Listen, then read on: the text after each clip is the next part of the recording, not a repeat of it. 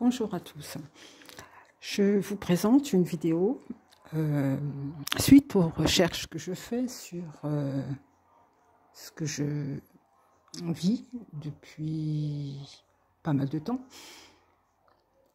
et ce qui se passe aussi dans le monde. Et en ce qui concerne pour autant de l'humanité tout entière, c'est-à-dire nous tous. J'ai parlé de différents sujets, mais vous allez comprendre à force que tout se regroupe. Il y a des choses qui sont peut-être pour vous un peu dures à comprendre. J'essaye d'être au plus simple et au plus clair possible pour que ça puisse un peu vous interpeller et puis vous poser aussi certaines questions. Des questions qu'on n'a pas envie spécialement de creuser. Pourquoi? Parce que on n'arrive pas à dépasser ce cap de voir autrement et autre chose de ce qu'on nous présente, hein, ce qu'on connaît. Notre éducation formatée jusqu'à présent, même en tant qu'adulte. Hein. Il a été dit que nous sommes dans une matrice. Et cette matrice, on ne la voit pas, on ne la perçoit pas. Mais on est bien d'accord que nous sommes dans une matrice. Cette matrice qu'on appelle Terre, hein, parce qu'on se pose aussi la question, c'est vraiment véritablement où sommes-nous et qui sommes-nous? Donc cette matrice artificielle, puisque c'est elle n'est pas de nature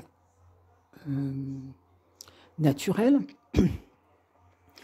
Cette matrice artificielle, on ne la voit pas, mais on la ressent. Plus nous évoluons, c'est-à-dire que l'être humain évolue, plus sa conscience évolue et voit autrement. Mais là, à notre période, nous, on sent bien qu'il y a eu un blocage, c'est figé. C'est-à-dire qu'il y a énormément de personnes qui ne peuvent pas aller au-delà parce que le formatage a bien été est ancré en eux, hein, depuis leur naissance et même, on va dire, générationnel. Hein. D'accord, ils ne peuvent pas voir autre chose. Et puis, je pense qu'il y a aussi autre chose qui aide, de primordial, c'est la foi. La foi, je ne parle pas de religion, je parle de foi. Un religieux n'a pas véritablement la foi. Mais une personne qui a la foi, cette foi-là qu'elle a, c'est dans ses gènes et c'est dans l'ADN. Hein. Cette foi-là est à voir autrement et autre chose et avoir des possibilités à diriger son regard parce qu'elle est aidée par cette foi. Je voulais préciser, si je présente ces vidéos,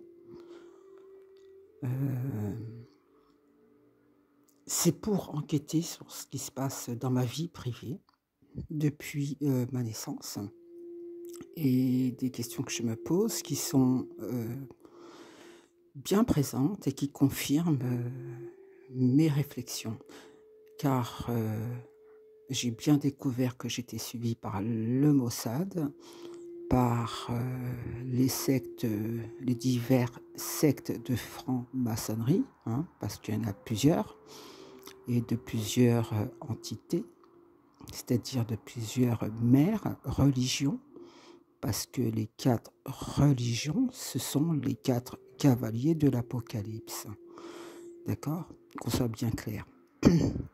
Donc, je suis suivie depuis, ils ont tracé, hein, depuis ma conception jusqu'à aujourd'hui. Ce n'est pas une folie de dire ça, puisque depuis vraiment l'âge de 3 ans où j'ai vu ce qui se passait dans ce monde, que j'ai compris des questions ont ressurgi face à ce que j'ai vu quand j'avais 3 ans jusqu'à l'âge de 6 ans. J'avais un regard sur le monde du visible, le monde dans lequel nous sommes, et un autre regard en parallèle sur le monde invisible. J'avais ce truc, cette faculté, mais je n'arrivais pas à comprendre et pourquoi ces deux mondes étaient présents là devant moi et jusqu'à présent. Et maintenant que ça ressurgit, parce que j'ai cru que c'était du gang stalking, hein, c'est la grande mode, c'est la couverture, mais c'est pas du tout ça. Le gang stalking, c'est juste, voilà, c'est juste une couverture, c'est pas ça. Il y a quelque chose d'autre derrière tout ça, quelque chose de beaucoup plus pernicieux qui s'est installé depuis 200 ans. Alors, je ne sais pas vraiment, je ne peux pas vous dire la date, mais je pense que d'ici 200 ans, le temps de frapper toutes les générations suivantes et de répéter les mêmes histoires de façon que ce soit bien ancré chez les personnes, dans la population, à l'humanité. Et c'est bien ancré puisque, on va dire, allez, 90% de la population est sous hypnose, mais cette hypnose-là, c'est une anesthésie générale. Et certains se sont réveillés, il y en a très peu, et n'arrivent pas à assembler les deux, c'est-à-dire le visible et l'invisible. Mais je peux vous dire que tout est connecté et nous ne savons pas où nous sommes réellement et qui sommes-nous réellement. Voilà. Donc ils ont cette faculté de voir à travers les murs, d'être chez vous dans l'invisible et dans le visible. Ils ont cette faculté de lire les pensées, ils ont cette faculté aussi de changer le temps, les saisons et de jouer avec le temps. Hein. Voilà, il y a un dérèglement à ce niveau-là et ça se ressent de plus en plus, et même des saisons. Et on se rend compte que le monde va de plus en plus mal, hein, qu'il y a de plus en plus de malades, de souffrances, de pauvreté, de division. Et personne, je veux dire, il y a très peu qui se rendent compte. Là, dernièrement, ces 2 dernières années, ce qui a réveillé pas mal de gens, c'est cette histoire de maladie, hein, on va dire ça comme ça, je ne sais pas, mais bon, voilà, il y a des gens qui se sont réveillés par rapport à ça, face à face, et ils se sont posé des questions, pourquoi cette quarantaine, hein, le chiffre 40, hein,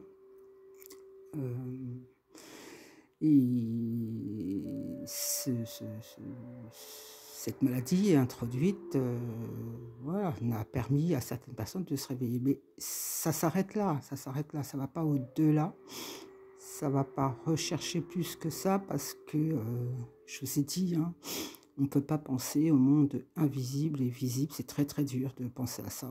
Notre éducation n'a pas ouvert l'esprit à comprendre ce monde-là qui est pourtant présent même dans les Saintes Écritures et voilà, donc c'est un peu dommage parce qu'on perd beaucoup de choses et on s'éloigne du Créateur, on s'éloigne de l'essentiel. Ils savent très bien ce qu'ils font, hein, tout est placé devant nous et tout est mis, leurs travaux fait partie du quotidien, c'est-à-dire que tous les signes du quotidien, c'est leur œuvre pour nous faire plonger dans leurs ténèbres à eux, leur lumière à eux, on va dire ça comme ça, c'est leur lumière à eux, les ténèbres. Hein. Et tout ce qu'il y a autour de nous fait en sorte de nous appeler à ce genre de mécanismes ténébreux et obscurs. Hein. Vous allez voir que dans les maisons, les constructions, elles ne sont pas faites par hasard. Vous allez voir que les églises, elles ne sont pas placées par hasard. Vous allez voir que les monuments ne sont pas placés par hasard. Tout est fait. Et ce qu'on a dans la maison, c'est exactement la même chose. Nous sommes connectés à cette matrice artificielle et la connexion est invisible. Il faut se rendre à l'évidence, la connexion à cette matrice est invisible. C'est pour ça que elle nous dirige très très mal et on se pose des questions. On voit très bien qu'elle nous freine. Elle nous freine parce qu'on ne comprend pas son fonctionnement. Et je trouve que son fonctionnement, c'est exactement le même fonctionnement que cet objet qui est là, que je vous présente, qui est le Rubik's Cube. Hein, cet objet que vous connaissez, qui a été lancé en 1980. Et j'ai pensé à un moment, quel est l'objet qui peut nous évaluer à notre insu, un objet connecté à notre insu, puisque eux, ils ont une technologie développée. Comme je vous ai dit et je le redis, ils nous ont donné le seau et la pelle. Comme ça, on fait joujou avec le seau et la pelle, mais pendant ce temps-là, eux, ils font joujou avec leur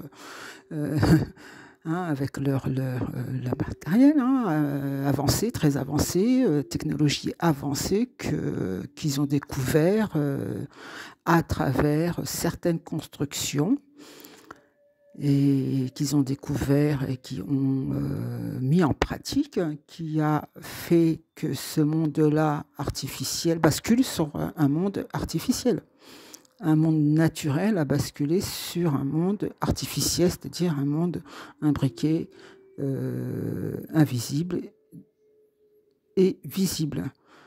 Monde naturel visible, monde artificiel invisible. Voilà. Je vous dis, c'est très compliqué d'expliquer au mieux et de comprendre les choses.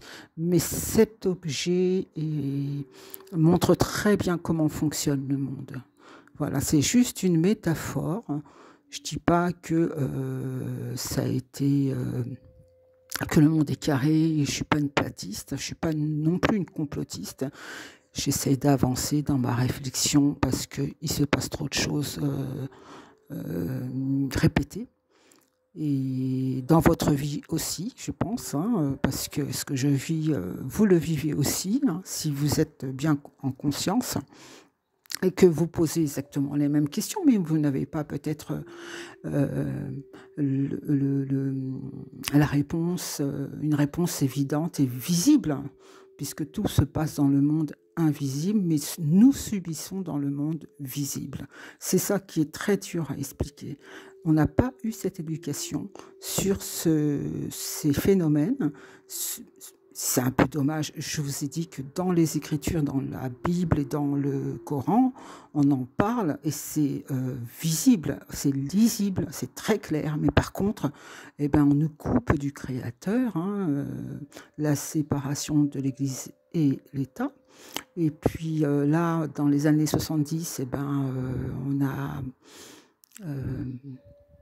ils ont interdit l'usage du latin. Ce n'est pas pour rien, parce que, comme je vous ai dit, le latin est une langue sacrée. Et toute langue sacrée repousse toutes les entités, les démons, et puis tout ce qui est dans les ténèbres. Aussi, j'ai pensé à cet objet parce que le carré n'est pas un élément naturel. On est bien d'accord.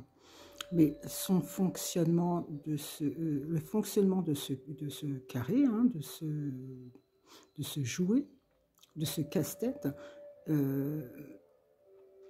se caractérise par une rotation. Par la rotation. C'est-à-dire que pour trouver les clés d'assemblement de couleurs, vous êtes obligé de former, de tourner chaque extrême pour pouvoir finaliser chaque couleur dans chaque face. Il y a 6 faces, c'est intéressant. Il y a 6 faces dans un carré et les rotations se font de manière par 3 étapes. Donc 3 fois 6, 18, hein, et puis 3, 6, ça fait aussi 666. C'est hyper intéressant. Il y a des choses à dire sur le carré qui est très intéressant, et sur les formes géométriques. Ces formes géométriques ne sont pas naturelles. Voilà. Et on peut parler de, oui, il y a le carré avec le nombre d'or. Oui, je suis bien d'accord, le nombre d'or. Donc continue à dormir sur le nombre d'or, et puis moi je parle du carré, quoi. Voilà. Parce que le carré, cette forme-là, carré, c'est vraiment le principe de toute forme. C'est dans le carré, vous allez retrouver le cercle, le triangle et le rectangle. Voilà, c'est pour ça que c'est très très intéressant. Et tout est en face de nous, tout est devant nous, mais on voit rien. Le carré aussi, ben, cette forme-là, comme ça, comme elle est représentée, ça forme aussi une ruche, hein, c'est pas pour rien. Et ces gens qui travaillent pour nuire à l'humanité, ben, ils ont ce système de ruche, c'est-à-dire que chaque chose, chaque élément a sa place et ils travaillent. Et ils sont pas du tout connectés entre eux, mais ils travaillent dans la même dynamique et la même motivation de détruire et de nuire à l'humain et puis à l'humanité entière. Et puis dans cette ruche, ils travaillent tous en même temps, et ils travaillent pour une reine. Alors il y a des sous-traitants qui travaillent pour cette reine, et il y a encore d'autres sous-traitants qui travaillent pour les sous-traitants et qui travaillent pour cette reine. Et il y a des ouvriers qui travaillent pour des sous-traitants, et des ouvriers qui travaillent pour plusieurs sous-traitants en même temps, pour et toujours pour cette reine, hein, avec la même dynamique et motivation de détruire et de faire du mal, et puis de programmer la vie personnelle, et puis de rabaisser l'être humain au plus bas. Donc vous avez ce cube, et la base du cube, c'est le carré. Cette forme géométrique, le carré, vu d'en haut, est une pyramide. Si vous regardez bien, vous avez la base du carré et vous avez la base de la pyramide. Et on retrouve ces formes-là un peu partout, comme le QR code. Et vous voyez ces 3 bases de carré qui forment des pyramides, comme celles qui sont sur cette image sur la droite. C'est pas un hasard si on retrouve ces formes partout. Ce n'est pas une phobie des formes, mais c'est juste pour vous expliquer qu'il y a, voilà, des formes. Il faut se poser des questions, et qu'est-ce qu'elles peuvent nous transmettre, et ce qu'on peut comprendre aussi à travers ces formes. Vous avez cette forme-là qui est aussi cubique, et vous avez ça en 3 dimensions. C'est cet hypercube qui est très connu, qui a la forme du crucifix, hein, de la croix, et cette fameuse croix qu'on retrouve, qu'on reconnaît tous, qui est ici sur ce tableau de Dali. Et ce tableau, je le trouve bien parlant, parce que on a aussi une représentation de l'hypercube. Le Christ en croix sur un hypercube, et cet hypercube est surélevé. Le Christ en croix, le Christ crucifié, et en lien avec nous qui sommes constamment crucifiés, hein, on va dire les choses comme elles sont, parce qu'on ne va pas tortiller, constamment crucifiés. Et vous savez pourquoi, puisque j'ai fait des vidéos dans ce sens pour expliquer ce qui se passe dans ma vie depuis ma naissance, et ce que je vis, et ce que je vois, et ce que je ressens, et ce que j'entends, et ce que je comprends aussi, mes traductions propres à moi, et mes réflexions propres aussi. Et je pense qu'on fait partie des 144 000, et ça, ils n'admettent pas qu'il y ait ce genre de personnalité dans leur monde des ténèbres, parce qu'ils sont en train de fabriquer le monde des ténèbres, donc ils éliminent un maximum pour ajouter leur monde, quoi, leur population non humaine. Donc les 144 000, ils les éliminent au fur et à mesure du temps. Alors quand je dis 144 000 humains, c'est des 12 tribus. Des 12 tribus ne veut pas dire famille, hein, ni clan. C'est vraiment sanguin, c'est-à-dire la transmission sanguine du Christ. Et ça, nous ne savons pas du tout.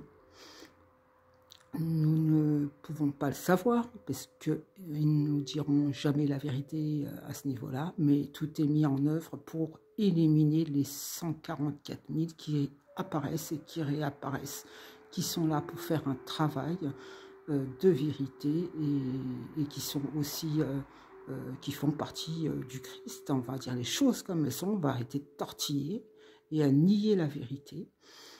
Parce que la vérité, elle est bien là, et on voit bien ce qui se passe, que l'humain n'est pas du tout élevé, l'humain n'est pas considéré, et là, il faut vraiment se poser des questions aux phénomènes qui approchent, là, et qui sont ces derniers temps révélant l'Apocalypse de Saint Jean, parce que cet extrait qui est là,